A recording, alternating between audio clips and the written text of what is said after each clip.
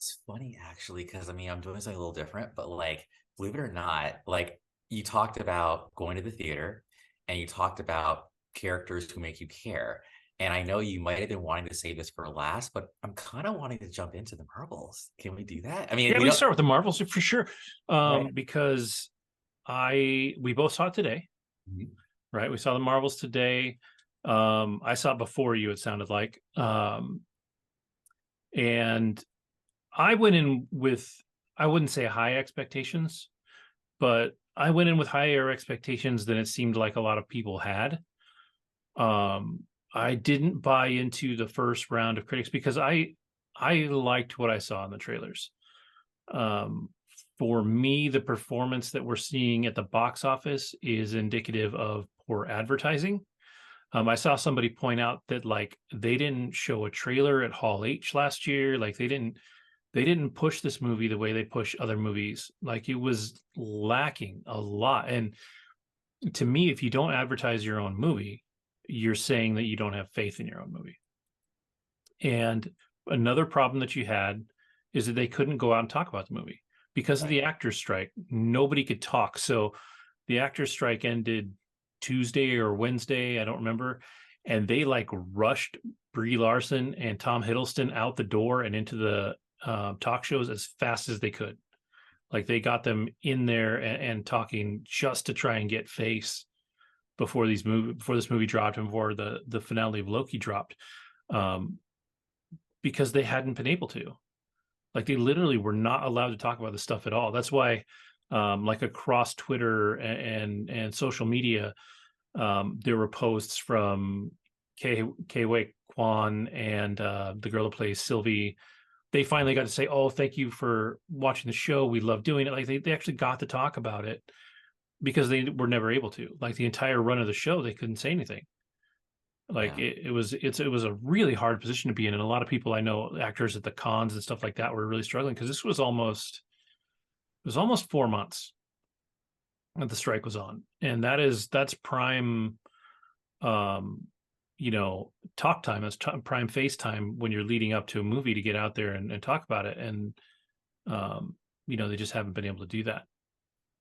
So, long story short, before we jump into it, I enjoyed it a lot. Like just to put that out there, I really had a good time with it. I certainly don't think it was a flawless film. There were definitely issues that I had with it, um, in some of the story pieces, but I think the things that it did right, it did really right. Um, and it worked really well for me. For me, it was like a 7.5, somewhere in there out of 10. Like I enjoyed it more than at least a few of the Phase 4 offerings. Um, Keep and talking. Keep yeah, talking. and so yeah, I just thought the one thing I pointed out too in our chat is that I think Nia DaCosta I think did a great job getting actual personality out of Brie Yes. Larson that the other directors 100%. just didn't get. And I always said that the first film felt like it was written for a different actor, or that they didn't know how to direct her in that part. Because I know she can do all this other stuff. She's been in Scott Pilgrim, she's won Academy Awards, like she can do this. And part of the problem too, and that it's what everybody leaned on in the first one, is like, oh, she's a warrior and she's super stoic, so she can't. But then I'm like, but then why did you try to write in comedy that she didn't deliver well? Yeah. It's if she was stoic, it just they didn't do a good job in the first one with that stuff. And I think in this one, she was fun. Like she got to crack her jokes. She got to be emotional. She got to do the things she didn't get to do before. And I think it was really good. I think the only person for me that I wish that they had done more with was actually Tiana Parrish with Monica Rambeau. I think she was good and her character was cool. I just wish she had gotten a little more face time. I think she's probably the one that suffered the most in this film from like overall screen time. But yeah, All right. So that's a great segue actually, because believe it or not, like I'll just start with what I kind of felt.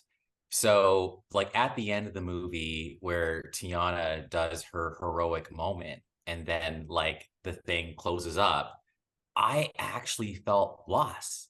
Like Yeah. even though, so I Yeah. felt it, and I was like, you made me care about her, Hmm. and that made I was like, I don't know how you did it, but for some reason, I just really care. And even though I know she's still around, as far as they know in their world, she's not. And Right. it felt like someone had passed on, and it just so that to me was like impactful. I as I watched the movie, I'll be 100% like I felt like it started off strong. I felt the middle for me, there was definitely points where I was like, and then towards the end, I was back. Yeah. I thought the villain was honestly not good. I'm sorry, and I know that's Loki's wife. Yeah. But like, I was getting the same vibes as I got from Helen Mirren in Shazam 2, where it's like, are you really like? I feel like you're cosplaying this villain. Like you're not really. There's some like when she was like on the ground after she got stabbed. That was pretty much the only time I felt like there was some real acting going on. The rest of it just felt like a costume thing. I'm sorry.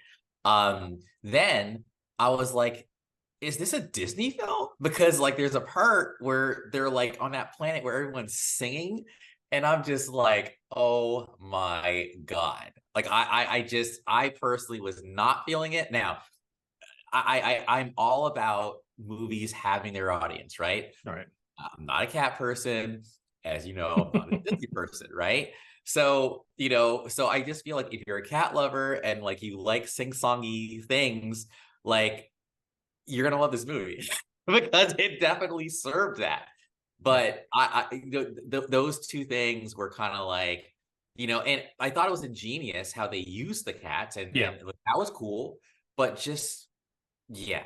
So Well, and yeah, like the cats were almost like the Deus Ex Machina, right? Like if they weren't there, they served no purpose. Like it was just been cats on screen, and at the same time, like it's so convenient that they just all showed up, when they needed them. So it was like that's funny that you say that because the three things you pointed out are the three complaints that I have. They're the exact three complaints that I have about the movie. So I mean, we're on the same page in that. And overall, most of the reviews that I've seen say the same thing: is that the beginning is great, middle is a little wishy-washy, and then the end is great. Um, and so it's like we're all seeing the same film almost. Yeah, well, that's good. That's good. Now, I also liked how, like, frankly, and I love this Star is Born thing going on. The movie starts off, like, even though it is a Carol Danvers film, the movie actually get chills. The movie feels like a real successor to Miss Marvel because Yes. even when it starts, you have those little animated things like just like in the TV show, and then you meet her family. Her mother is hilarious. Yeah, I They're all love her great, but the family. I love mother her is family. like, and honestly, when they're all three of them were on the screen, I'm sorry, my eyes rarely left Kamala. Like Yep. she was to me, like the gravity of Vision was like just drawn to her the entire time. So it's so fitting that she's now like the new Nick in that she's the one recruiting all the other youngins, man. Like, I just oh, love that whole scene, the way she sat in the shadows, and she comes out, and then like just I mean the way this kid, I say kid, she's 21, like she's actually older than the girl that plays America Chavez. wow. Um, and she she's just fucking, I mean, she's a kid, she's adorable. Like she delivers like this, she tries to be serious for a second, and then she's like, well, I had this pad, and she's like, where'd you get this? She's like, I found it on my couch. And then she's like just all the shit she does, she's so funny. Like she's just so much personality in that kid. Personality and also wise though, because remember how like Mhm. she even knew after Tiana like explains to Carol what happened to her mom and everything, and she just knows hug, and then Yep. she's like looks over at Carol like, "Yeah, get over here," Yeah, get the like, fuck in it's here. just Yeah. yeah, it's just so like I felt like she's kind of the heart and soul of the movie. But then everyone else I think played their positions. But again, I have to say, like, I think the mistake with the first Captain Marvel was they tried to make Carol dry humor. And I Mhm. don't think the dry humor thing works here. I think that when she says she has a legal arrangement and when she's actually singing and everything, like it just felt way more natural. And yo, she's flying through suns and like powering them up. Like that made me also feel okay, strongest Avenger, man. This Yeah. this film felt like we're getting back into the cosmic realm. And so I'll but I will also say though, it's funny how I get on this show and sometimes my opinion will go from here to here because I'm talking about it. So I'm like selling myself. Because I remember saying to myself, when I saw, like, the first thing I thought was this could have been Disney Plus. Because here's the thing, my theater was empty, and then the people who were there were very underwhelmed. Half of them didn't even stay for the credits. And then when the second credit scene came out, I was the only one who cheered. And I think everyone else thought, like, what's up with that guy, And I heard that dun, dun, dun, dun, dun, like that the Fox stuff. We're being spoiler light, and I was just like, yes, yes, like they finally did it, and we're gonna have a whole new universe, man. Yeah. But no one cared. And you say poor advertising. I also say, in my opinion, personal opinion, that there's just been a string of underwhelming projects. So I think that the excitement is just isn't there. And I And think it's across the superhero genre, right? yes, Like it's not entirely on Marvel. no, Um, but again, they're still trying to climb out of the shadow of Endgame. Like that's just not fair. Um, but the Flash was subpar. I still haven't seen Blue Beetle. I'm still waiting for it to stream somewhere. But that one actually sounded like it was good, but again, it was no advertising. Like the advertising wasn't great for it. Excuse me. And Aquaman wasn't great. Black Adam wasn't great. Shazam 2 was not great. Like there's just like all these superheroes. There's been so many superhero movies and they haven't been that great. And then there's been so much on Disney Plus, and then we're in this era where everybody's like, well, is it going to stream when it releases in the theater with everything, right? Like everybody's watching every movie that comes out, and somehow, Five Nights at Freddy's drops on Peacock and in theaters and makes $80 million. So, like, it's the streaming versus theater thing isn't going away, but it doesn't help box offices either.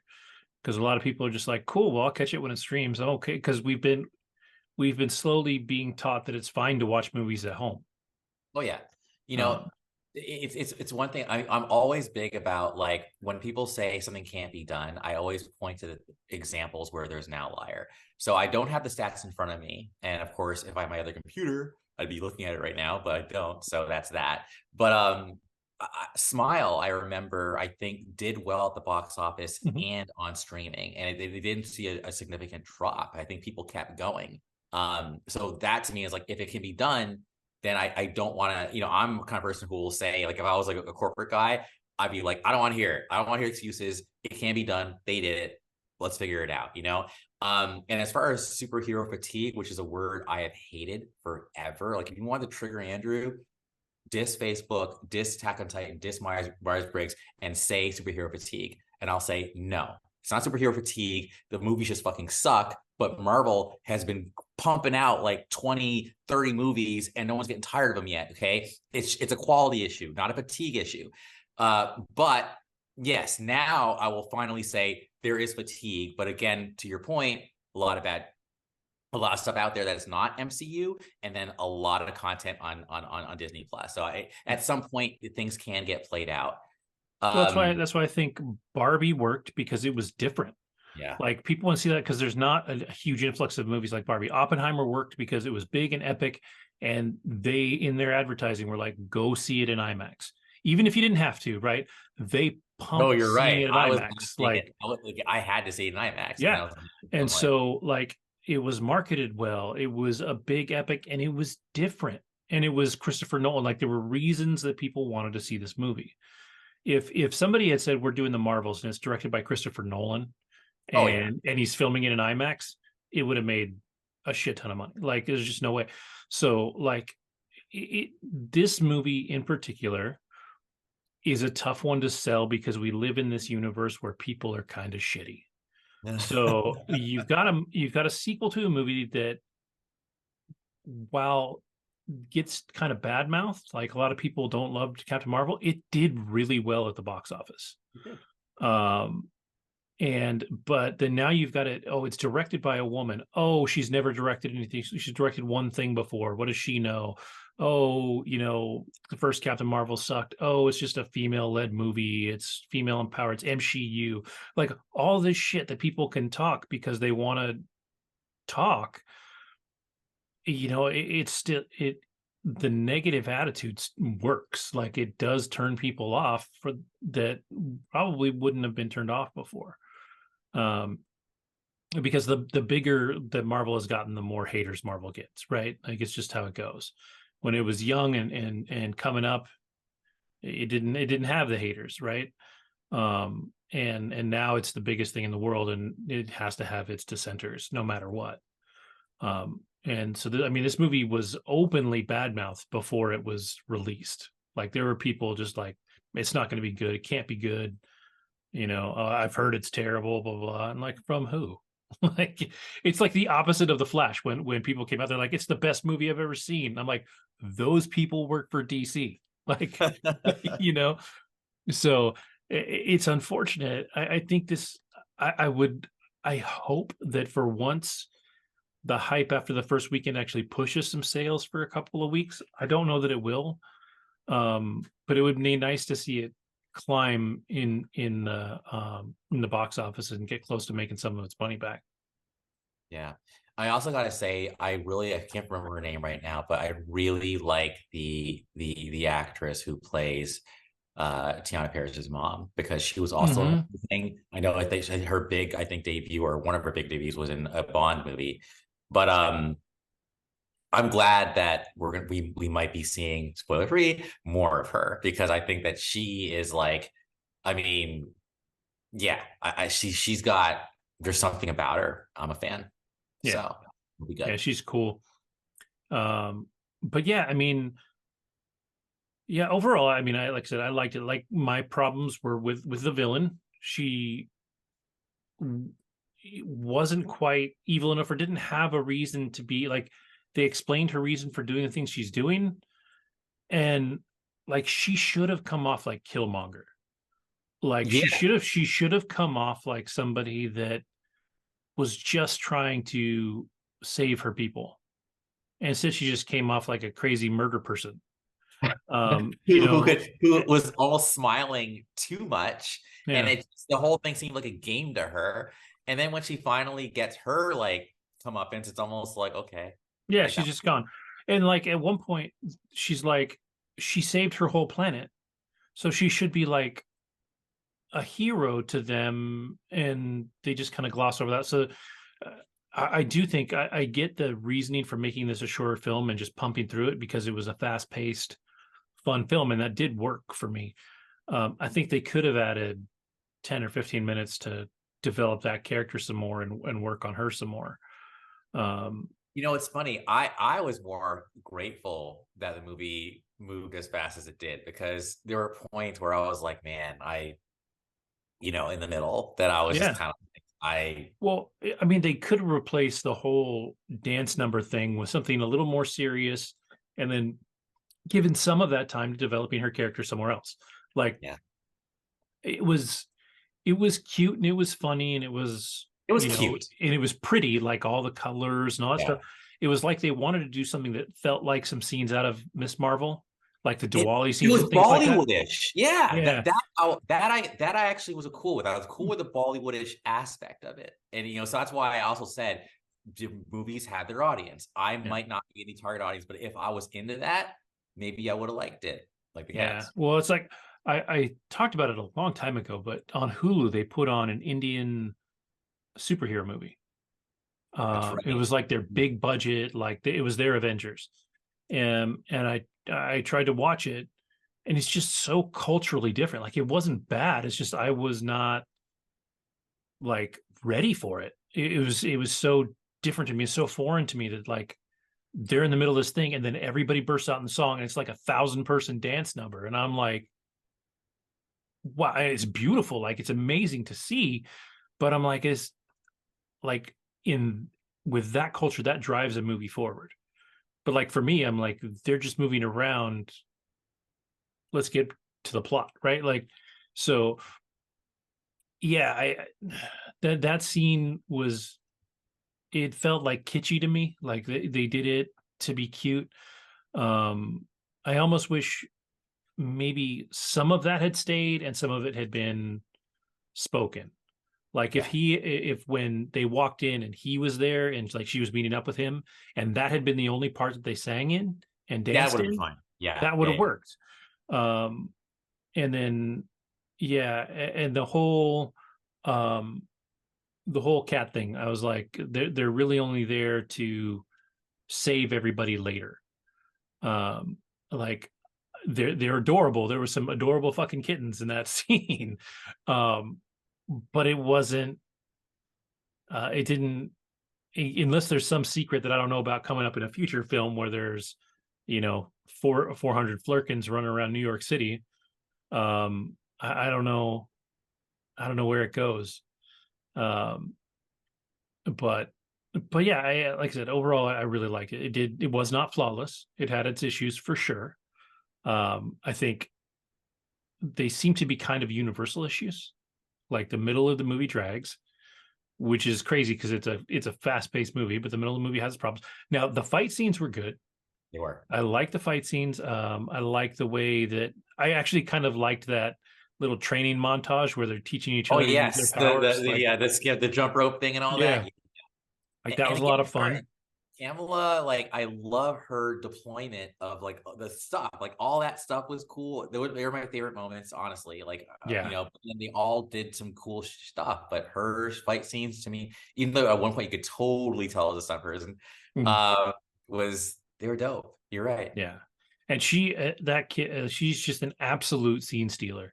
Yes. Like she is probably, if she's not the best thing to happen to Phase 4, yeah, she's close to it. Like I don't know, like at Her least and Kate, wise, yes, her and Kate and Bishop. and the fact that like I can't wait to see those two together Yes. because I think about the Hawkeye series when Yeah. it was her and Florence Pugh in the Yes. elevator, and I'm like, upgrade that to Kamala Khan instead of Yeah. Florence Pugh, and it's gonna be Oh my God. wild. And then bring in Florence Pugh, like fuck it, make Yes. her a young Avenger too. Like she's a little too old to be a young Avenger, but um, she Lemon she's Bolt. great. Yeah. Like um, so yeah, that last scene was just awesome, and they've introduced a ton of the characters. Um, Oh yeah, already. Yeah, yeah, like like in Captain America. Captain America's, no, it's not his, it's the black Right. super soldier's grandson. Um, I forget who the other ones are, but there's at least one or two more that they've introduced. So um yeah. Random shout out to again Ari and Ash. I think that they are going to love Captain Marvel. Obviously they have a newborn, so they probably will get to go to the theater. But I know that when you see it, I think you will like it because I know that you guys are all about the cats and you're all about Lurkins. The other moment too was the Tessa Thompson Oh yes, appearance. That was yeah, nice to see her. I love her. yeah, um but it was kind of cool, like you got the cat on. She's like, well, I called a friend, yeah. and then and she jumps in and saves the day to a degree. But man, like there's never been a universe like, so if you ever read the comics, you never felt bad for the Skrull. The Skrull were always the bad guys, and man, the MCU has made you feel bad for these guys. They are just getting screwed everywhere. That's So yeah. So anyways, Captain Marvel, I hope more people see it. This, if I can get on my shit, will actually drop on Wednesday. So if you catch this, go see Captain Marvel on the weekend if you haven't already. It really is a lot of worth your fun, time. especially if you got kids. Go see it with the kids. There's a lot of fun in it, a lot of shit words, Yes. but which also I liked Nick Fury in this. I thought he was a lot of fun. They Oh, didn't. speaking of Nick, where does this take place? Like does this take place before or after Fury? What do you think? Probably after because we don't see Talos. Yeah, I would assume after. Yeah. I would assume after. Yeah. Yeah, I don't know. That is a good question. I don't know where Yeah. exactly where it falls in on the timeline. But after Miss Marvel, at least, Yes. literally, That was actually, literally it the leads end of Miss into it. Marvel. Yes. So, gosh, now I'm curious where the scroll stuff falls in. This actually could be before Before the the show. Secret Invasion. Yeah. Huh? I didn't even think about that. Well, fuck Well, me. maybe we'll look it up and then update it later and Yeah, fix it in post. Yeah. yeah. So, well, since we're on Marvel, do you want to talk about Loki? Sure. Absolutely. So, the Loki finale dropped, and it was pretty fucking epic. Yeah. Like it, if I feel like I'm gonna spoil it. So if you haven't watched Loki season 2, pause this, go watch it, come back. But um, it it was a lot. Like there was a lot of stuff, and it was kind of crammed into the last few minutes of the episode, but it ended in a very interesting way. You could do away with Kang based on that if you really wanted to, um, because the TVA is out looking for him. You could do away with Loki if you really want to, and just kind of leave him there out in his little world. I don't think they will, but they could. Um, they've already said that the guy that did the writing for Loki said they wrote it as a 2-season show. Like the Loki as a series, at least as it stands, is over. Yeah. Um, so it was very interesting, very very emotional. Like when it's over, I sat for a few minutes. I was like, wow, no post credit scene, no No. nothing. They were just like, this is what you got. You got and what's interesting is that I have downloaded the comic book that his character now is based on. So there's a comics run called Loki, Agent of Asgard, and he ultimately becomes the god of stories. So what I read up on was that in the comics, Loki was always the bad guy. He wasn't just the god of mischief. At one point, he became the god of evil. Like he was bad. And so they killed him off in the comics. They killed off Loki. And then when he started to become super popular in the MCU, they decided to bring him back in the comics and do a redemption arc. And so they made him a little more personable and everybody liked him. And then they shifted over to this story, Loki, Agent of Asgard.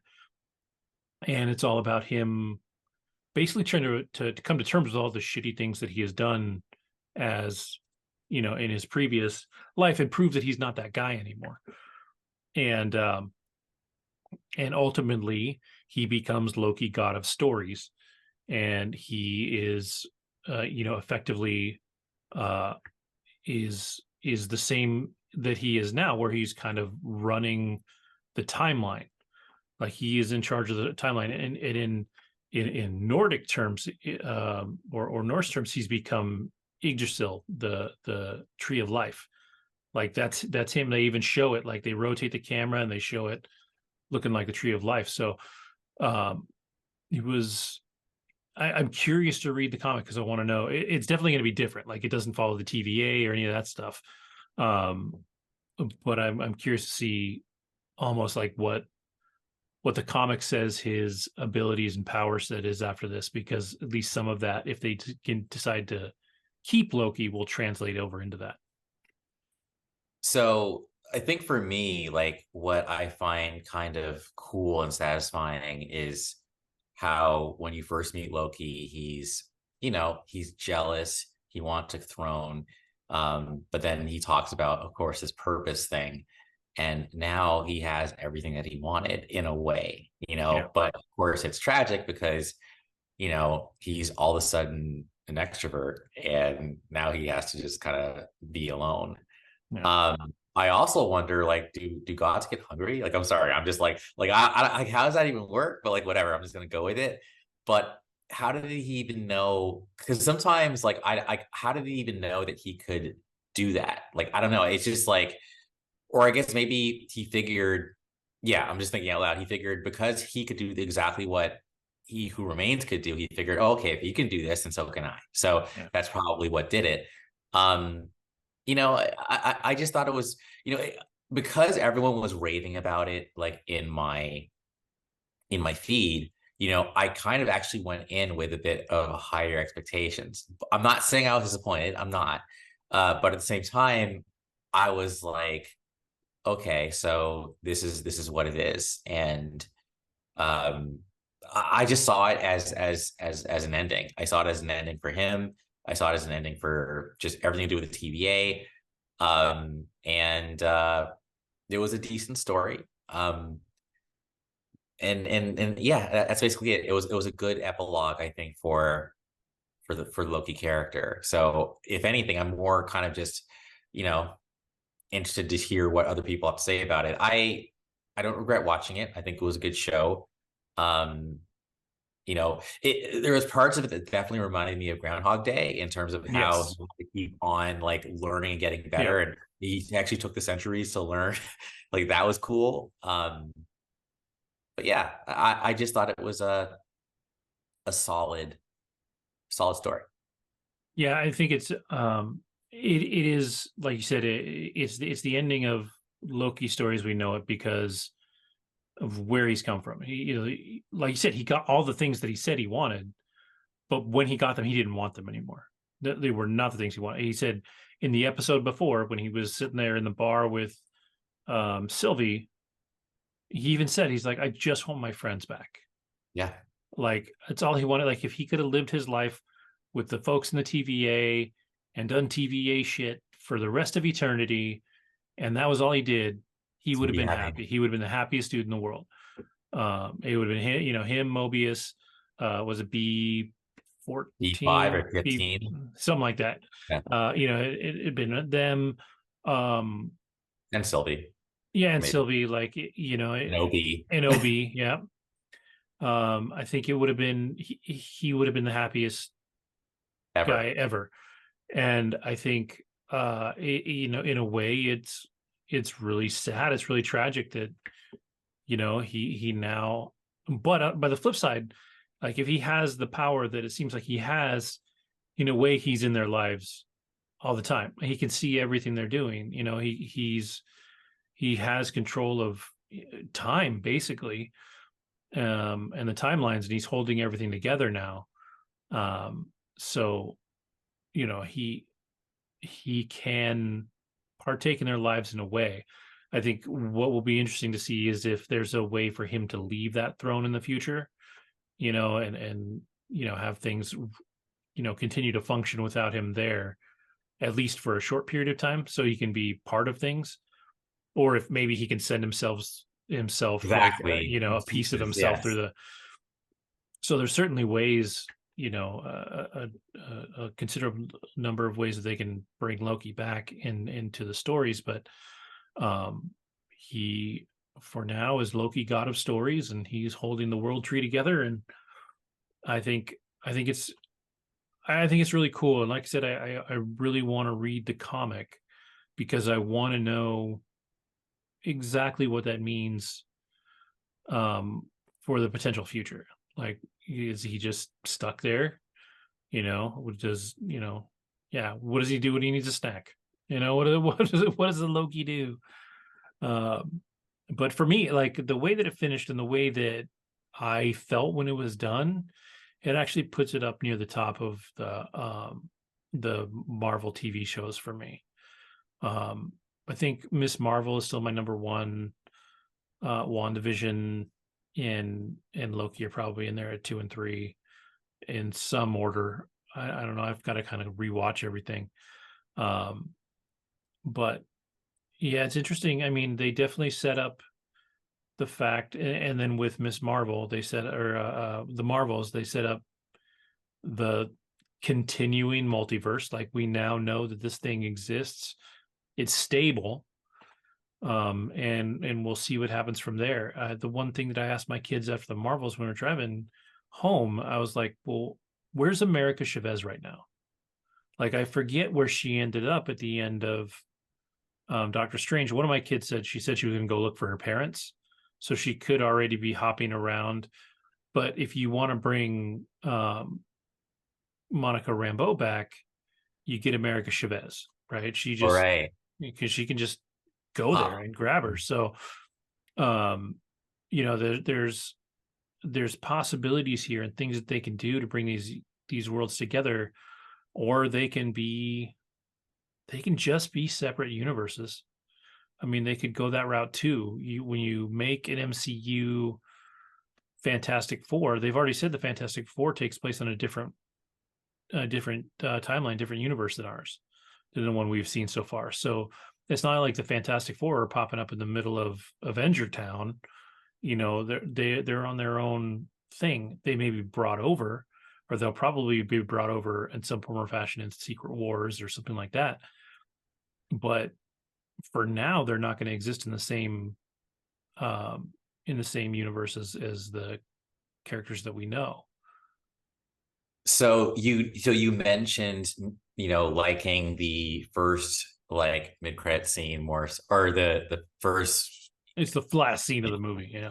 Yeah. So like, what are your thoughts on seeing Kelsey Grammer and, hearing a mention of Professor X? I don't know, because I don't know if it's just fan service. Like that's my only concern with it. Like, uh, I didn't feel like when they make an X-Men movie they're going to cast 60-year-old Beast. Like I thought they would go younger so that they would have more time to develop stories and things like that. Because I mean, granted, you're just putting Kelsey Grammer's face on a furry body, and he can just do it all from a studio. And with uh, Monica's not mom, she's binary. As the character is binary, she's a evolution of Captain Marvel, basically. Um, and so, and then they mentioned Professor X, but like I don't know. I don't know if it's fan service. Because I feel like Patrick Stewart said he's done, and Yeah, I don't think it'll be he's Patrick. I yeah, I, I and think he's they'll, too yeah. old, I think, Hmm. at this point. Yes. And so, um, yeah, I don't know. I don't know what it means long term. I mean, if they threw her mom in there, though, like I feel like they're coming back to this world.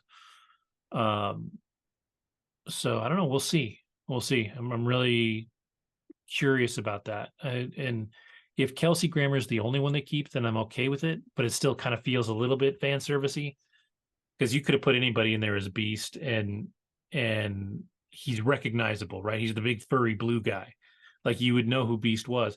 But what was funny is the second he walked by, you're like, oh, whatever, and then he talked, and I was like, that's fucking Beast. That is Kelsey Grammer as Beast, like before, like he was fully on screen.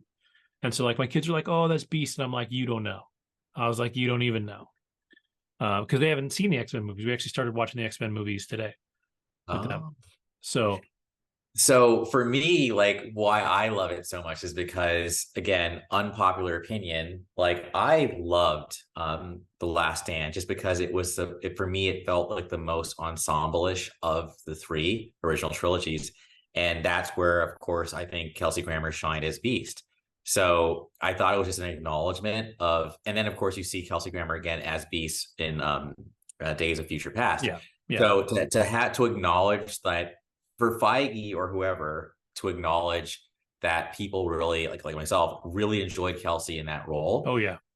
As a matter of fact, I think even people who hated The Last Stand will say, well, but he was cool. That to me was great. So, I am actually excited. I feel like we've been talking about, X-Men coming to like the MCU forever.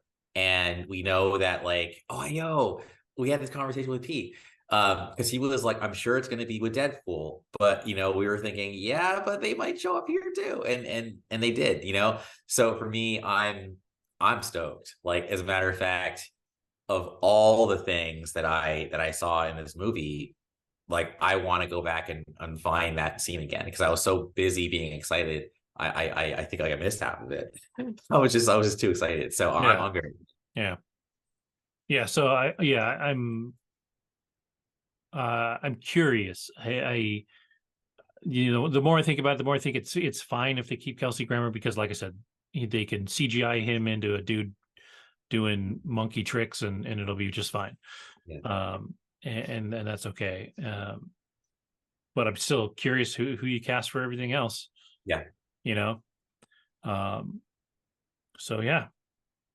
So, well, you know what? Since we're on the superhero kick, I'll talk about the Amazon Prime superhero universe real quick. I finally caught up on The Boys, watched all of season 4.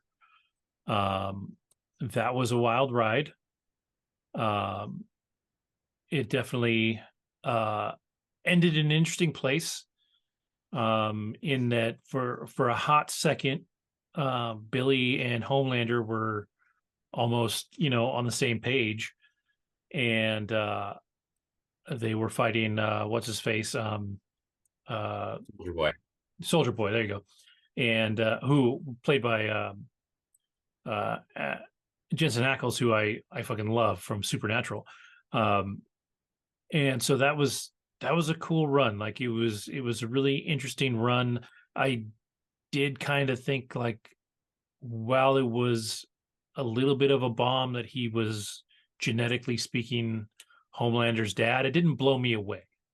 Like I wasn't told, like I was like, okay, I mean, it makes sense, right? Like, um, and I thought it was funny how Homelander actually gives a shit about his kid. Like you kind of don't really know why he does or not. And I did think it was interesting when Soldier Boy was like, if they had just told me that you were my kid, he's like, I would have raised you up and I would have handed the mantle over and you would be even better than you are, like, and he even admits, like, there's even a scene there where he admits that he sucks. And he'd be a shitty dad because he had a shitty dad, like he, for as bad and crazy as he was, he also fully acknowledges the reasons that he's as bad and crazy as he is. And so it's just an interesting story, and what I think I like about it is it doesn't necessarily set you up for the next season because it runs straight into Gen V, um, which I enjoyed. It took me a couple episodes to really get into it. I think it took me longer than most people.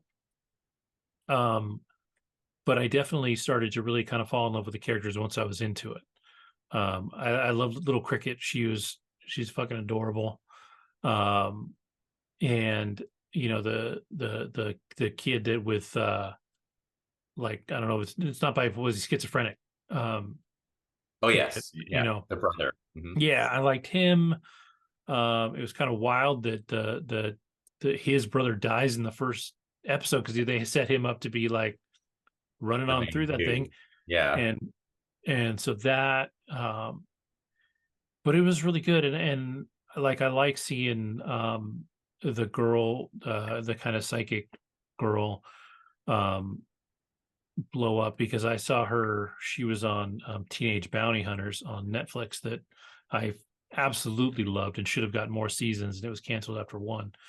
um but that one, it's going a certain way, and then at the very end it completely flips it, and all of a sudden the people that were the heroes the whole time are now locked up there. Wait, did you finish Gen V? I have not finished it Son yet. of a bitch. I was trying to be strong and like, I totally forgot you. No, no, you're fine. I mean, I'm not remember anything. So like I just want to like, but you can talk about it for the sake of the listeners and I can come back. But yeah, so it just like it completely flips the script at the end and sets you up for the next season of The Boys, which they are ready to film. So they're going to get started on that and try and get that out on time. Complete side note, but I saw a funny anecdote from David Harbour, where he said 10 minutes after the strike ended, he got a phone call telling him to get his ass down to go start filming Stranger Things season 5. That's amazing. Like they were like, cool, we got the green light, let's go. And those kids aren't getting any younger, so Yeah. So but yeah, it completely Gen V, it definitely goes the boys season 4, Gen V, the boys season 5, and then they're saying season 5 will lead directly into Gen V season 2. So okay. they're intrinsically tying these things together, and I think it'll be a lot of fun to watch it develop. Like I thought I was kind of burnt out on the boys, and I started watching season 4, and I was like, yeah, and then I was back in, and then once I was in, even though I wasn't like totally wild about Gen V, like it seemed like everybody else was right away, I still liked it, and then by the end, I really liked it a lot. Um, and now I'm like amped for season 5 of uh of the boys. And then the other thing I finally started watching was Invincible. Um, and I know you really liked Invincible, and everybody really likes Invincible, and I like Invincible. I don't think I like it as much as everybody else does, and I think the reason is, and I said this in our chat, is that I knew the big twist at the end of the first episode, which is what sets up like the whole Oh, madness yeah. about everything going on. And Ultramites. so much of the so much of the mystery and the development of it, I was just ready for it, right? So it didn't shock me and didn't blow me away. So it was missing that little tinge of something. Um, but it's I mean it's a fun show, and it's weird because it's not as over the top as The Boys. No, So for as violent as it is, when it is violent, the train um, scene. oh fuck, Yeah. Jesus Christ.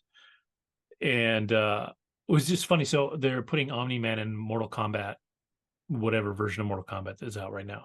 Uh-huh. And he has two kill animations from the show. One where he squeezes the head until it pops, Uh-huh. right? And the other one is the train. Like one of his kills is the train. Um, and so I watched all that, and it went the way it was supposed to, like especially if you know what's happening in the beginning. Now granted, I didn't know exactly the why, but I had a pretty good idea of the why once it started, like him being from another planet and them wanting to take over everything didn't shock me either. Like I was like, okay, like I understand that. So the one like line that I still always laugh at is when he described his mom as like a pet. I'm Yeah, dude, sorry, dude. that one That I was like, shit was dude, whoa. She's like a yeah, J.K. Simmons voice acting. The voice uh, acting I think in the show was it awesome. was great. Um, Amber, I think also is like there's a lot of dissension, like arguments, I think, in the internet, because I personally couldn't stand Amber, right? But there's somebody, a good friend of mine, what's up, Mike, if you're watching, like he's like, no, that's his girlfriend. Of course she has a right to be mad. She doesn't know what's going on. I'm like, yo, you need to be with the other girl, the redhead. Like, Yeah, that's your girl. Not Amber's just like annoying, dude. Like she's making you feel like shit. But man, like and and I loved everyone. The mom, I love Mark Hamill as like the suit maker. Like, yeah, and the fact that I'm remembering all this with my shitty ass memory, and this is all from 2021, just shows you how much I love this show. It was my favorite show of that year. Like, I burned through it. I don't burn through anything. You guys all know that, yeah, but I literally burned through it. It's funny that Stephen Yoon, he's been in two shows I burned through. That one, and of course, beef, Beef. Like it's yeah, crazy. Yeah. Just figure that out on the yeah. podcast. I love Steven Yeun. I've liked him since everybody liked him in Walking Yeah. Dead, right? Like he was the character that everybody loved and they couldn't possibly kill off, and then they finally Len. beat the living shit out of him. But yeah, spoilers if you haven't seen that season of The Walking Dead 10 years ago or whatever it was.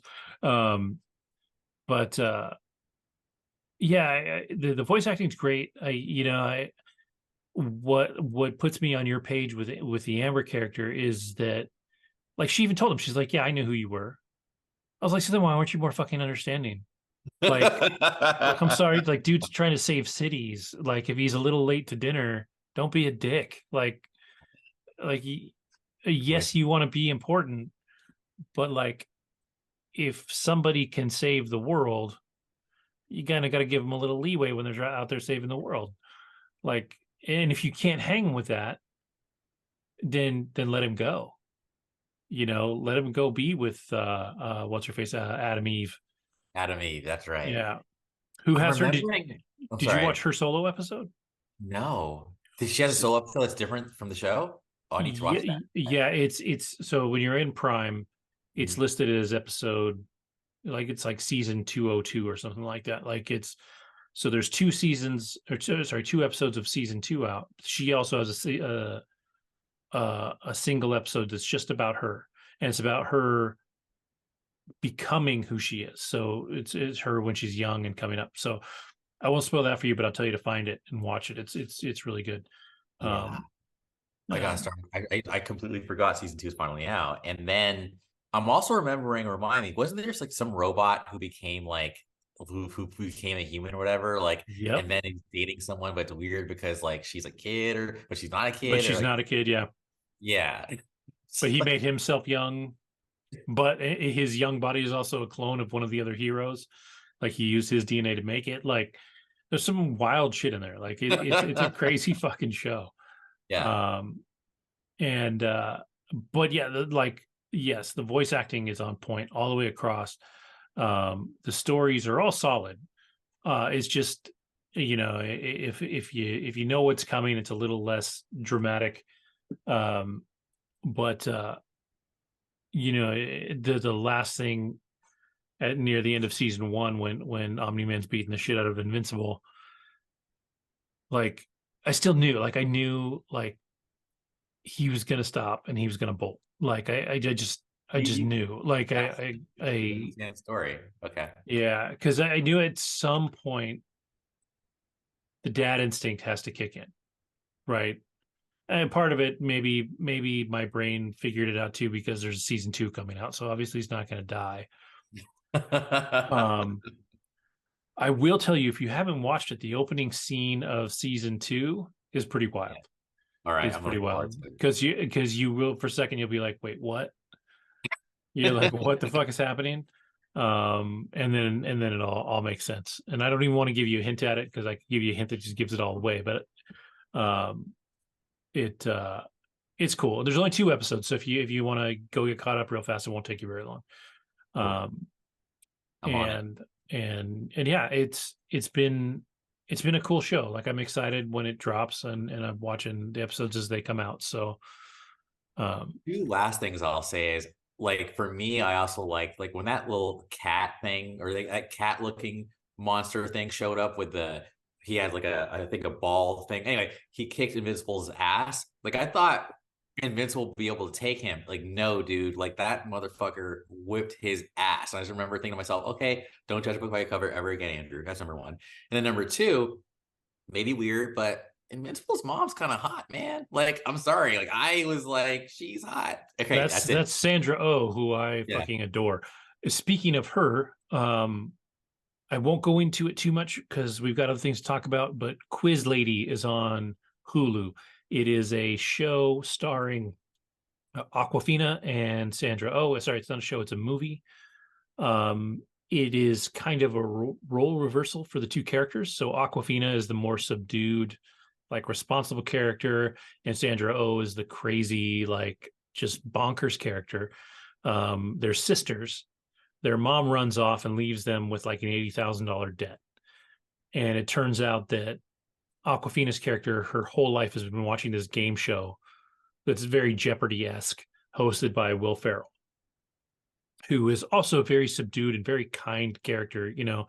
Um, and so to make the money back, Sandra Oh's character convinces her sister to go on the show and win the money back. And so Jason Schwartzman's in it. Will Ferrell's in it. Like I said, Aquafina and Sandra Oh are in it. It's a lot of fun. if you like comedies, if you like the idea of, a sibling kind of almost rivalry and banter, and just seeing these two actresses play a different kind of side of themselves. Um, I loved it. I thought it was great. It was a lot of fun. So I'm glad you talked about Invincible's mom, because I wouldn't have remembered otherwise.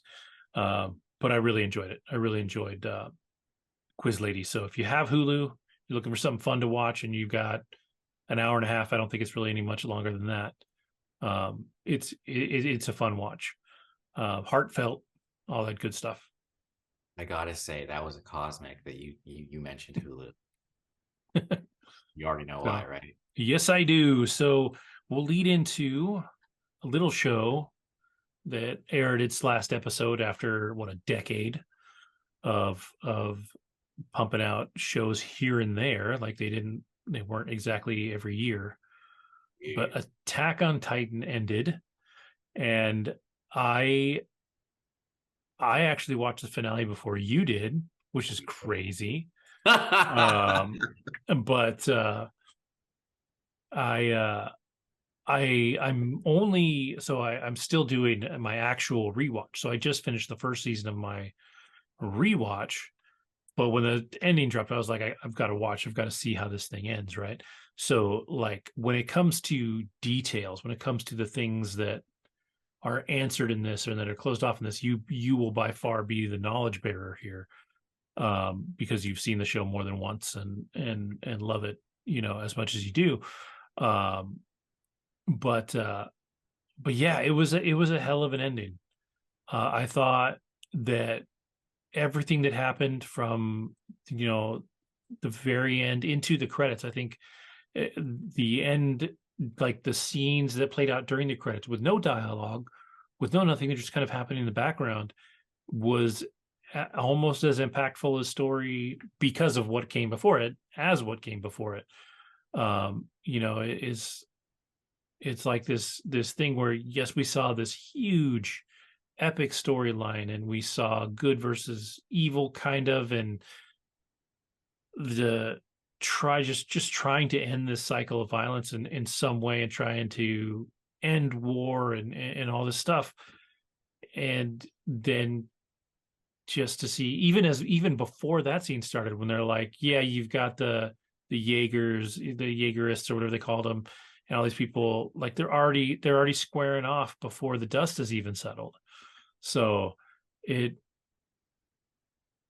it's not the most chipper of endings, right? It's not the happiest of endings, but it's not the happiest of shows. Like, it fits the story, I think, and I thought it was an awesome ending. And I thought that, like I said, that the credits, the scenes during the credits, really made you just kind of sit back and go, well, fuck, it could. Yeah. Yeah, no, that's what did it. And honestly, it's crazy how sometimes you can be affected by something and not realize it until you do some introspection. So I actually think I was in the funk, like for maybe 2 or 3 days after the show was over, for two reasons. Number one, because it was over, but then number two, because the message was very Mhm. weak, and at first, and my thinking has changed on this, but at first I was just kind of like, wait, was Aaron right? Because like I think at one point he says something to the effect of, both of us can't survive. It's either us or them. But if one of us is still alive, there's always going to be war. So is what Isayama saying is genocide is justified if we want to like have peace, because Aaron eliminated 80%.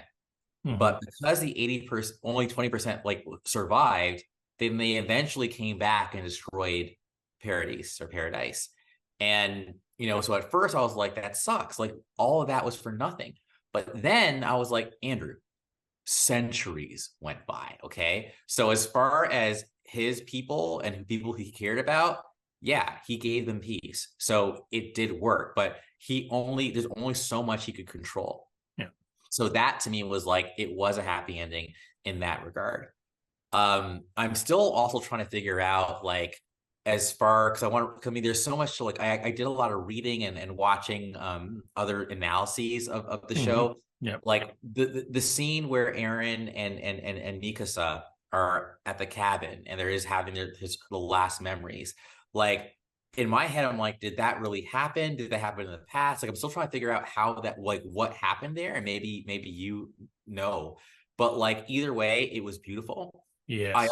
also read and watched that Isayama and the whole Aaron thing, he was like, he actually, it was a bit meta.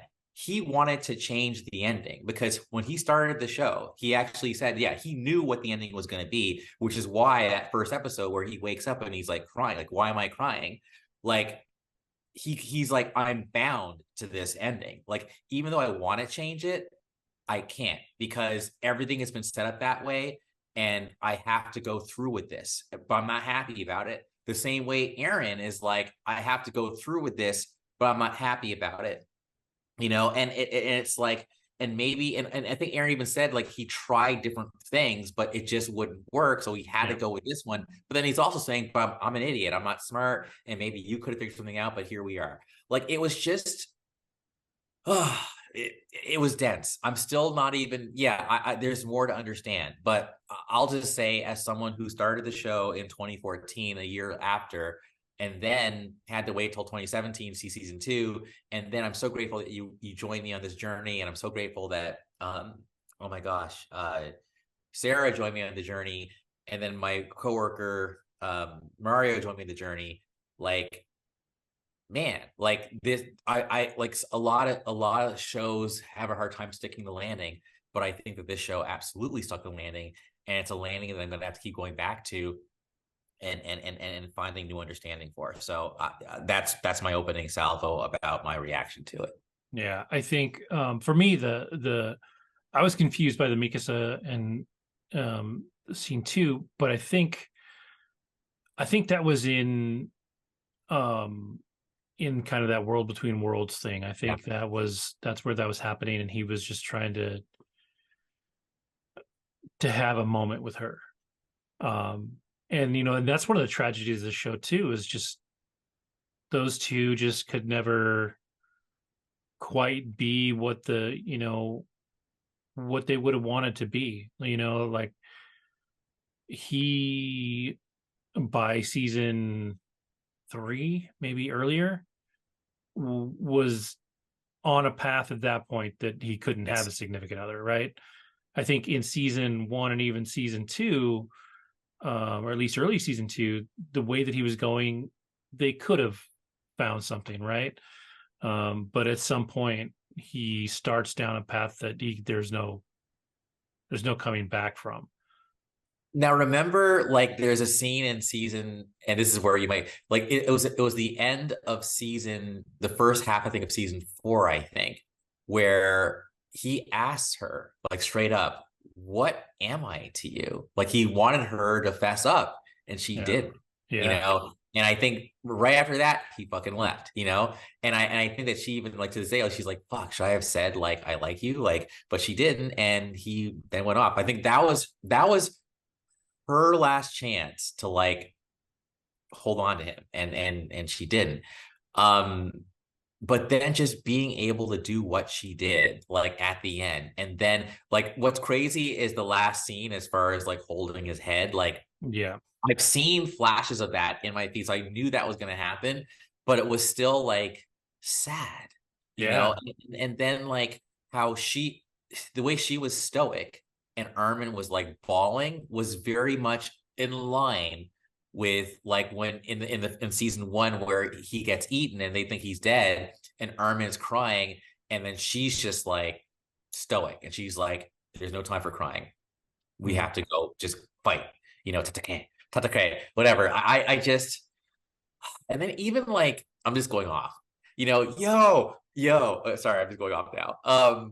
When, oh shoot, Zeke, Zeke's like, "Levi, I'm the one you're looking for, right?" Like that whole exchange. And then like Levi is just like, "Oh, okay." Like he Yeah, just, there was yeah. no like hesitation. He's like, cool, cool, fuck you. It's like, and like Zeke's having this moment, like he's just like out there in the sun. And he's just like, yeah, everything's great. I helped Aaron get, or I helped Armin, Yeah, get everything going. And fucking. Um, yeah, dude. But I also didn't catch it, until I read it afterwards. But as you might remember, Zeke was being unselfish because Zeke knew if you kill me, the rumbling stops.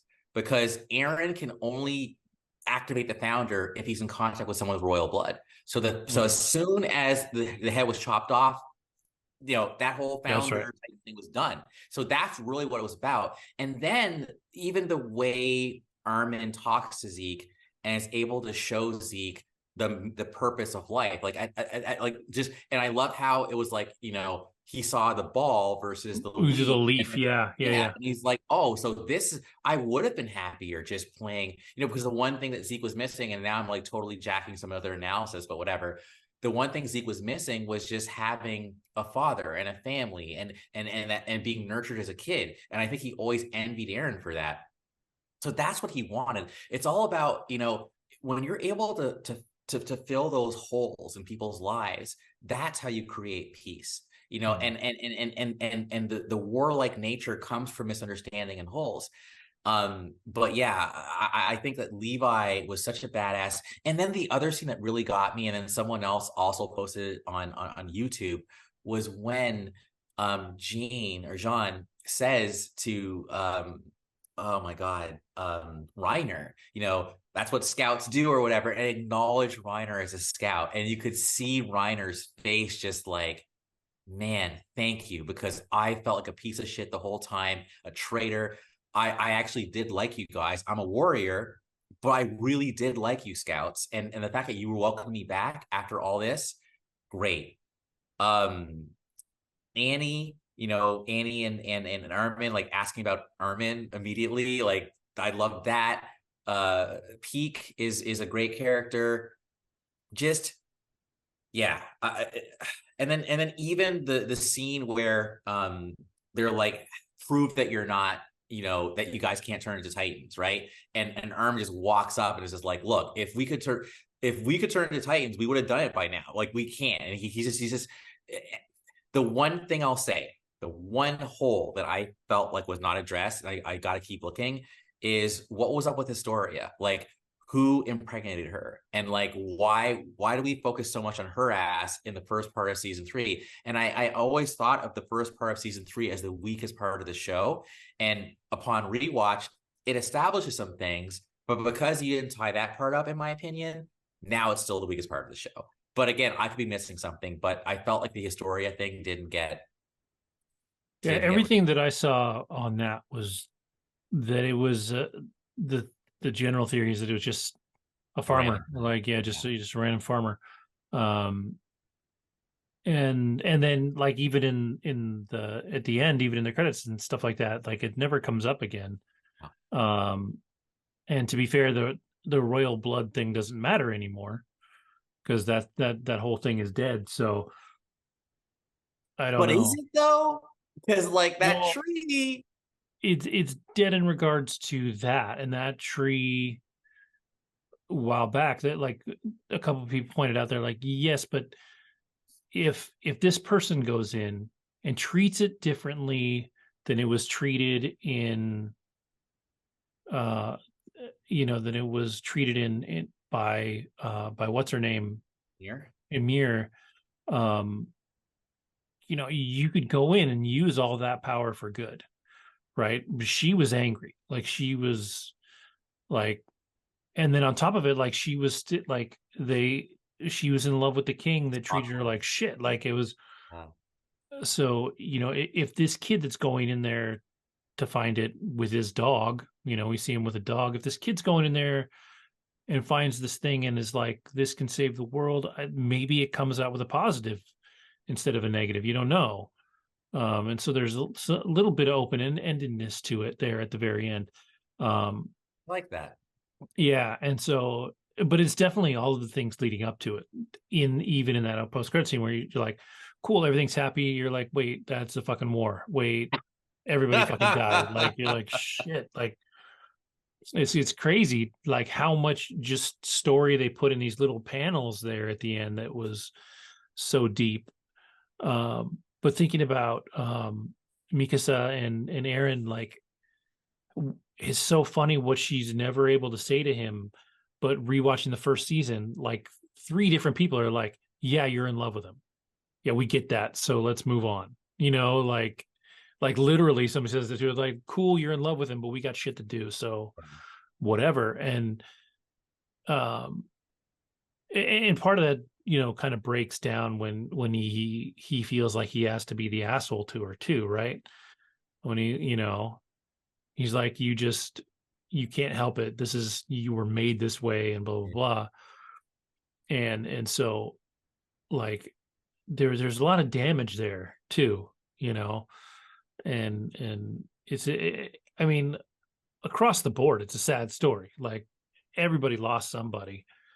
Having, like I said, I just finished season 1 on my rewatch. I'm just starting season 2. I forgot that we saw a Titan in the wall as early as season 1. And then they just covered it up. They're like, because that fucking backfired.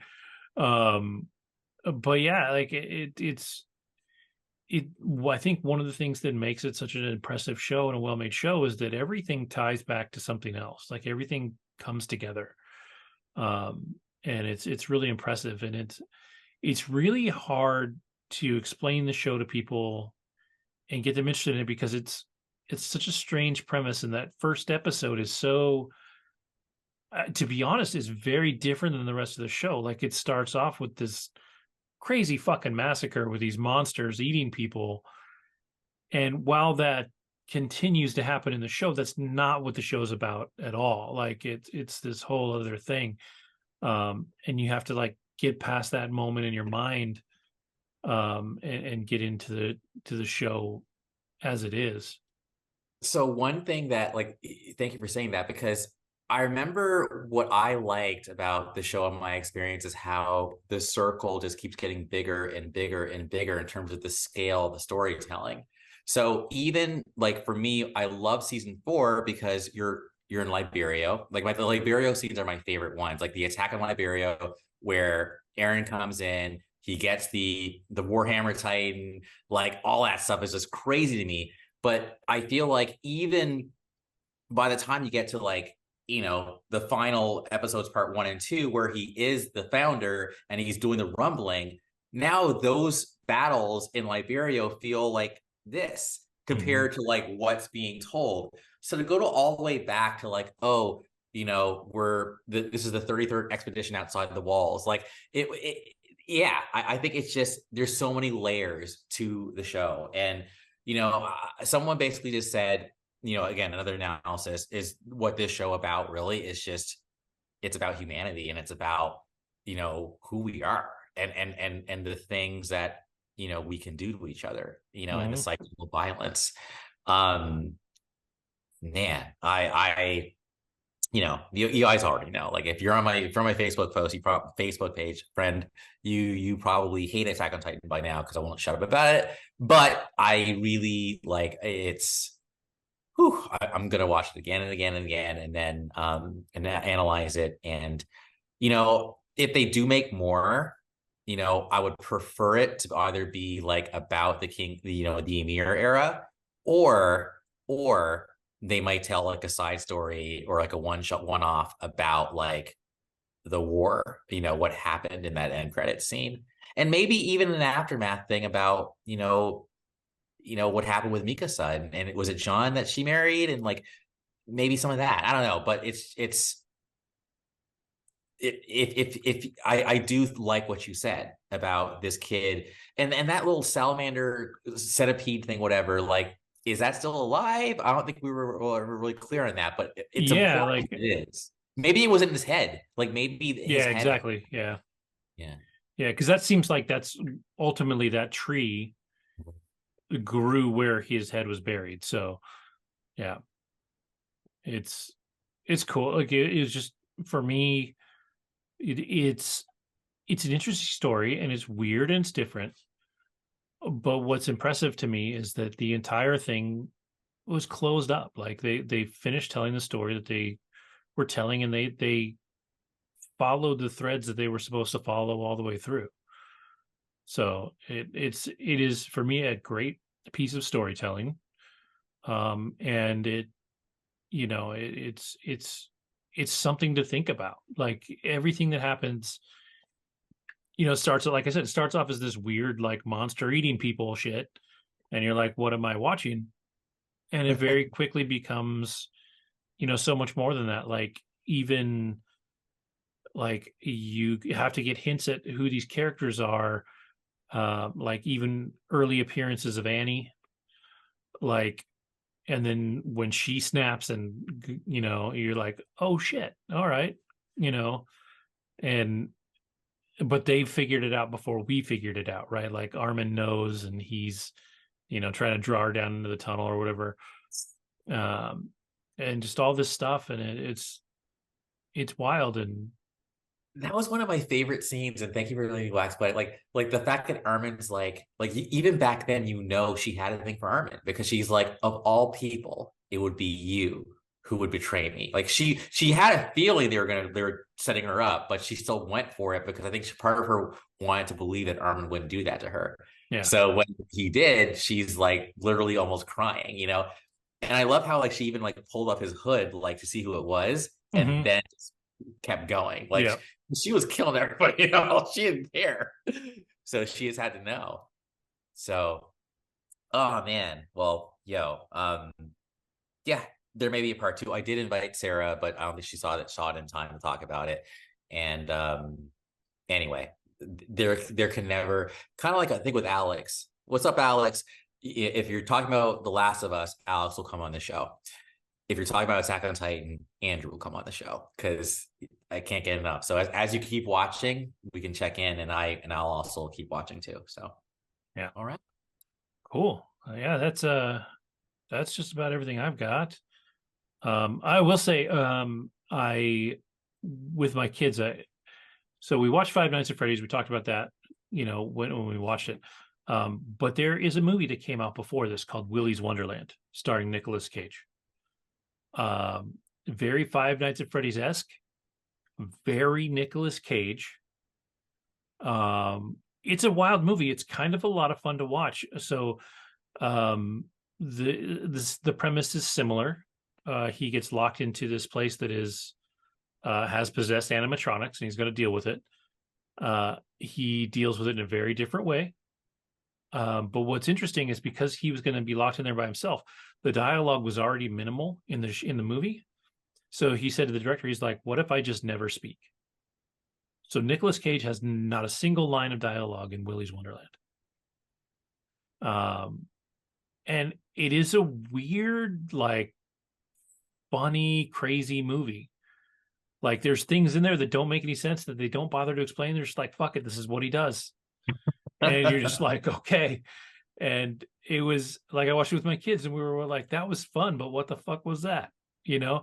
But I told my kids after that, I was like, now that you've seen that, now that you've seen a Nicolas Cage movie where Nicolas Cage is crazy, like, now you're ready for the unbearable weight of massive talent.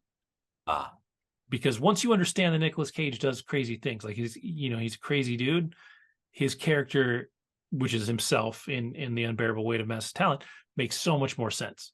Like you have to have that frame of reference to make that movie awesome, and that movie is awesome. So I will recommend that to anybody. yeah, Chad Um, was talking about that as well. So yeah, I can add that to my ever longing yeah. If list.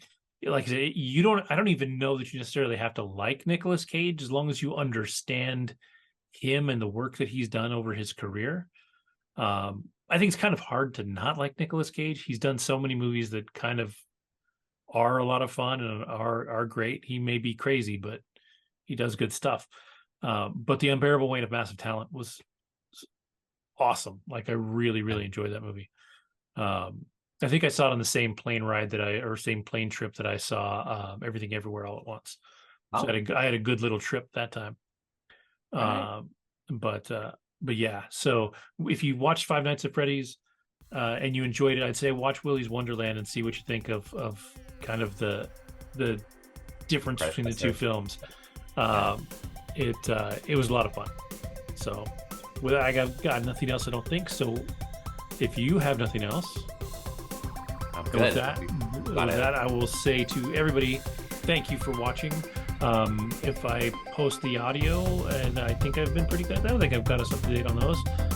Thank you for listening, and we will talk to you next time. Peace.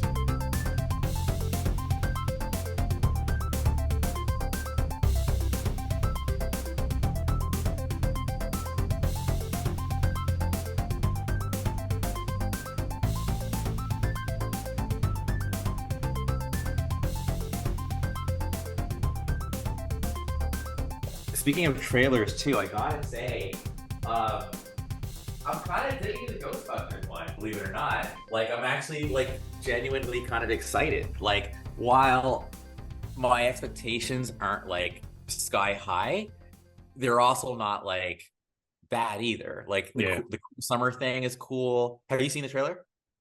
Yes, I saw the trailer when we posted it in the chat, Posted I it. think. Okay, got it. And but the only thing I didn't like was how lethal everything feels. It feels tonally off. Like, okay, motherfuckers are dying, but then you've got Ant-Man going whoa at the end of the trailer. I'm just kind of Yeah. like, what do you guys know what you're doing? Like, is this another fucking Shazam? Yeah, I trip out with that because like I don't know like who are the Ghostbusters now? Like, is it the kids? Is it the old guys? Is it something in between? Like that's what I'm not clear on, even from the trailer. Um, so we'll have to. I mean, just hopefully there'll be more trailers as it gets closer and closer. Um, but yeah, I think it looks good. It's Ghostbusters, so it is what it is. Um, it's not going to be bad. I don't think. I enjoyed the Afterlife. And what I find funny is your MVP, who was in my opinion, was McKenna Grace, didn't even have a single line in the trailer, which I thought was weird. Mm, Like, you should be using her. She's like your ace in the hole, in my yeah, opinion. yeah. She's pretty dope. Um, she's yeah, she's it'll be interesting. It's just interesting. Like I definitely need to see more because it's just like this big like world ending thing right now. Like it actually looks like the biggest Threat threat they've I ever had. remember seeing in the Ghostbusters. Hell yeah, dude. Which is why like it feels like I'm actually kind of like this feels too serious and ominous even for y'all. Like and I remember this is so random, but whatever. Like I remember like as a kid, in a way, not liking Spider-Man and his amazing friends because I didn't really understand Spider-Man's powers. I just thought of him as a guy who can swing and spin webs. So when there's a monster that can shoot like fucking lasers or fire, they have magical shit. I'm like, how the hell are they going to handle this? Because he just spins webs like this. They could shoot a fire thing through a web. Like you can't, like, what are you gonna do? Like Iceman, maybe, but like, and maybe even Firestar, but like Spidey himself, like, like I don't know. But I didn't like that as a kid, even though I started learning more and more. These shows, like, they're going to win, Andrew. They'll figure it out. But before Yeah, I like figured that out as a 4 or 5 year old or whatever, I was like scared for them. So weird. Anyway. yeah, yeah. So yeah, I the other one, the other trailer that I was really curious about. I don't know if you saw it. They showed the trailer for Taika Waititi's soccer movie. So they showed that, and they also showed the Fall Guys. We'll talk about them both, and maybe this will make a Oh fucking yeah, podcast. Who knows? Yeah. So yeah, talk to me about what Taika. I it looks interesting to me. It's weird to see like Fassbender in a role like that. Yes, a comedic role. Yeah, and that it's based on a true story, and all that stuff about it. It makes it more interesting to me. It kind of reminds me of like the Jamaican bobsled team almost, right? Like Cool you, runnings. you you've Yes. got this group of guys that have no business doing whatever it is they're doing, um and they're going to do it anyways, and then they've just got to power through. Like they're not going to win. Like the whole point of the story, at least from what I can see the trailer, is that they're not. This isn't the Mighty Ducks, right? You're not putting together this team of misfits that's just going to go on and win the championship. I think it's literally about them just being good enough to play, and getting that far. And it just looks like fun. It looks like, maybe it's a more subdued Taika Waititi story, kind of closer to Ragnarok than Love and Thunder, right? Like, which is, I think, where he shines. If he holds himself back just a little bit, I think he does really, really good stuff. And he can do amazing stuff. Like if you've ever seen Jojo Rabbit, I mean, he can do incredible stuff. So I think it'll be interesting for sure. Yeah, I remember that one scene where they're doing those like drills where they're jumping over the coaches, and this one bigger guy shows up. Yeah, Big no, kid. you go around. Yeah, That I was was fun. laughing at that for sure. Yeah. Um, so The fall guy. So I feel like man, I'm so terrible with names, but what's his name? Gosling, Ryan Gosling. And Emily Blunt. Like that looks good. Like I actually want to see it looks it. like fun. It looks like fun. Yes. It's an action movie for sure. Tons of witty dialogue from what I can see. Mhm. It doesn't look like what I remember the show Oh was no. like. It's Like they're only in using the name. name very loosely. But there's no Um, monster truck, like you know what I'm saying? yeah, And there's no other guy, there's no Heather Locklear or whatever. It wasn't Heather Locklear, it was somebody else, but it looks like Heather Locklear. yeah. But but I'm good. I'm good. I think it's a good reinvention, and it's I think it's going to appeal to the same crowd as, let's say, Top Gun Maverick, because I think Oh, maybe. Yeah, it feels a bit throwbacky, and more like traditional. The fact that the guy gets to kiss the girl and all that, like that's not really cool these days. I feel like it's almost too patriarchal. But I think this one just kind of leans back into like, let's just have some fun. Let's not overthink this, And yeah, I and dig I think it being kind of silly lets that stuff fly a little more than if it wasn't. Like if it was dramatic, like the guy getting the girl and all that jazz, probably would be frowned upon more. But because it's farcical. already so corny, like you're just like rooting for the corny guy to get the girl anyway. So Right. um yeah, I think it'll be like I said, fun. Fun is the perfect word for it. I don't think it's going to blow your mind story wise. I don't think it's going to, you know, whatever. But I do think I think Emily Blunt is good at funny. I think Ryan Gosling he's pretty good at everything, really. And there was one scene of him where he looked just like almost Thor level jacked. Like he looked He's pretty having a ripped in this trailer. renaissance. Yeah. Yeah, I was like, I, geez. I mean, I mean, I think basically it's like between that and Barbie, like he was jacked in that too. So he's Yeah, having a big renaissance. I love seeing someone like win, and I think that he's having his moment right now. yeah. He's not suffering. He's doing all right for himself. So yeah, I think it looks like fun. Um, cool. I'm trying to think if the only other trailer I remember seeing was Aquaman, and I'm just like, man, I just don't care.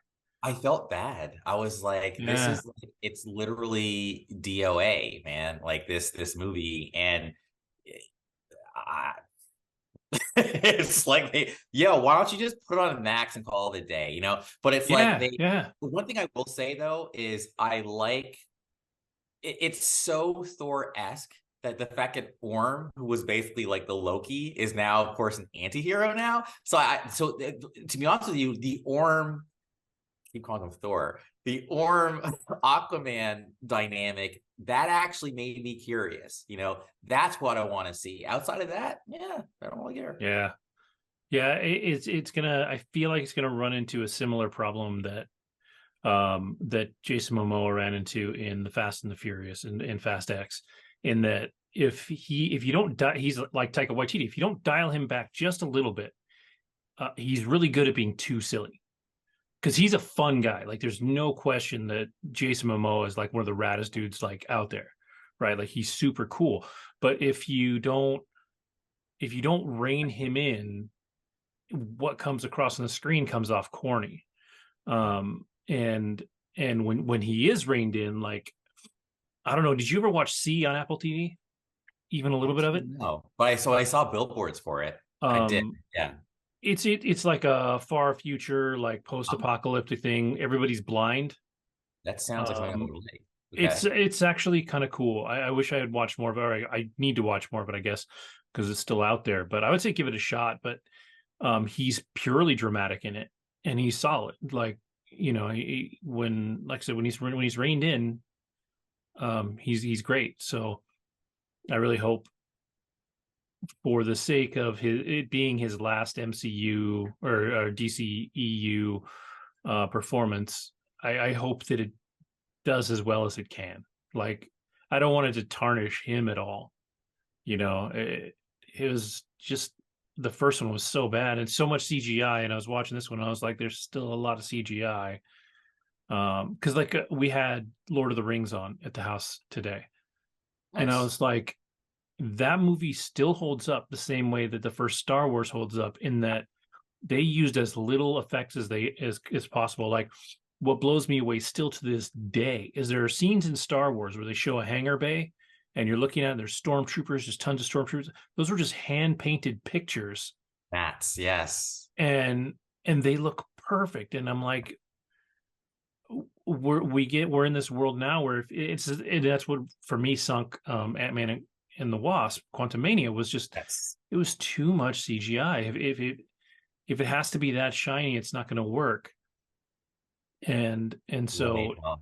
yeah, and so I think, I'm hoping that with all the strikes and all the stuff coming out and all that, they'll actually dial back some of the CGI, because they're talking about cutting budgets on a bunch of the things that they're making right now. And I think CGI is one of those places where they could really afford to cut and go practical. I mean, look at things like The Mandalorian, or some Ahsoka, and some of those newer things where they're doing a lot of practical sets and things like that, um, that still look amazing.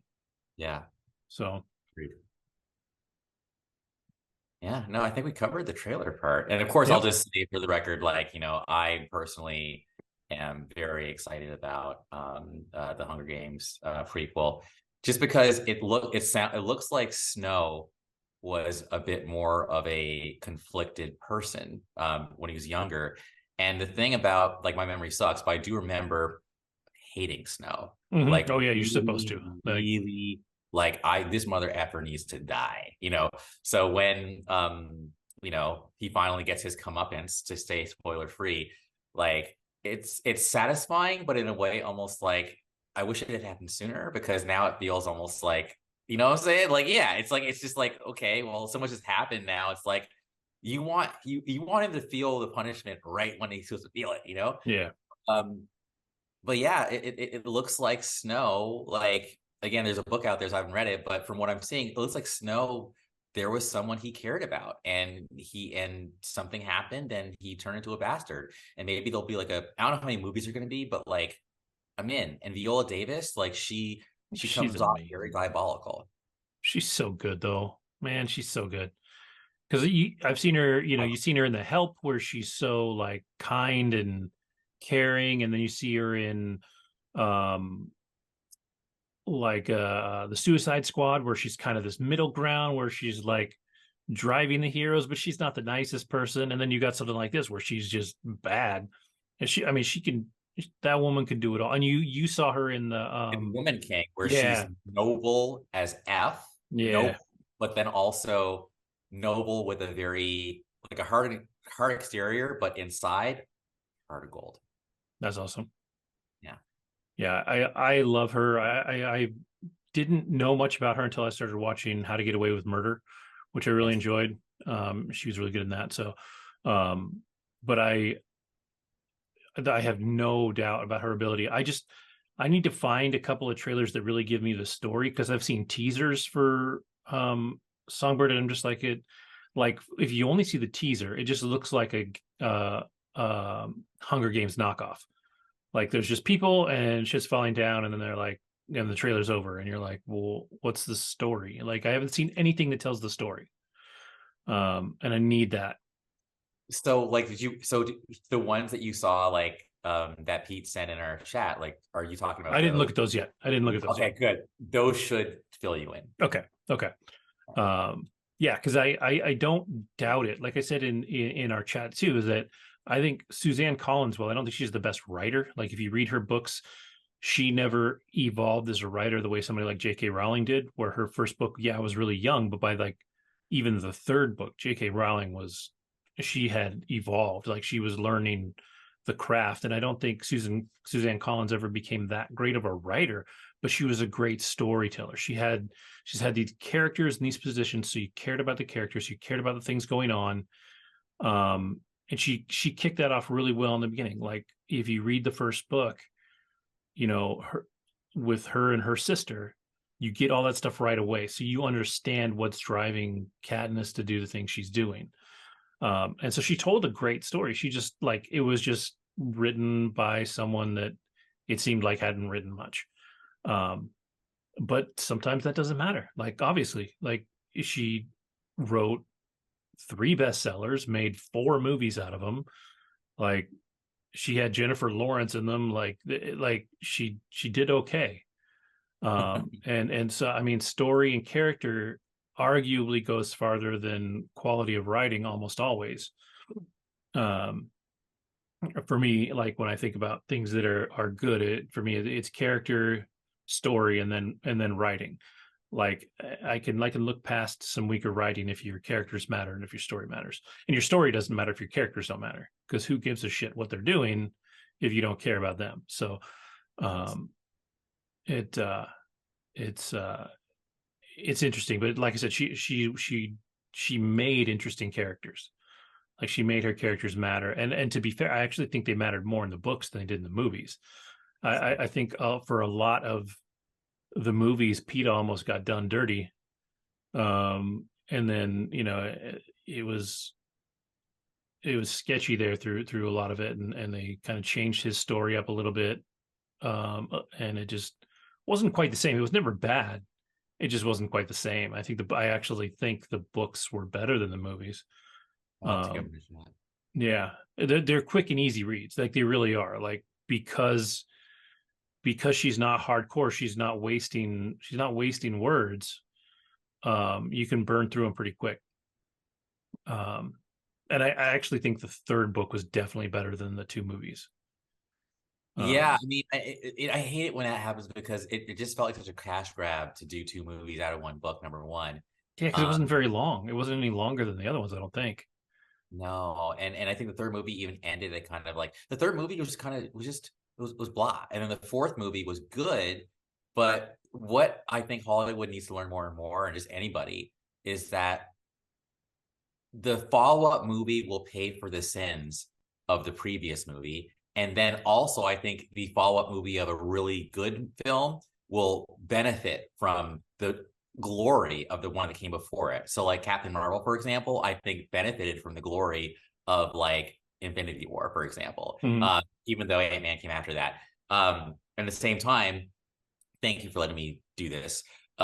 Thriller benefited from the glory of like Off the Wall, like that, that kind of thing. Like so, but if you also have a shitty album, then you can have a better album come after it, but people are still going to remember the stink of the shitty album, and it's going to mute that shit. So I feel like the fourth film was better than I think the box office might have indicated, because I think people just didn't care after the third movie. That's my very half baked observation, but I just remember after Catching Fire, like people just didn't seem to care as much at the movies Yeah, about the yes. yeah, I agree. I agree. So yeah, I'm curious to see where all that goes, because it'll be interesting. Like I said, I don't know if there's more. I don't know if this is a trilogy or if it's just a one-off. Yeah. I know it's a prequel story, but that's really all I know. I haven't read the book. My kids actually have. She wrote another series of books. I think there was 5 of them. Um, And did but you catch that Dinklage is in it too? yes, I saw a poster that showed everybody. All right. There was somebody else too. Anyways, yeah. So I'm curious enough about it, but I don't think anybody in my house is, so I probably won't catch it in the theater. Right. but I'll catch it like as soon as it streams, Word. and go from there.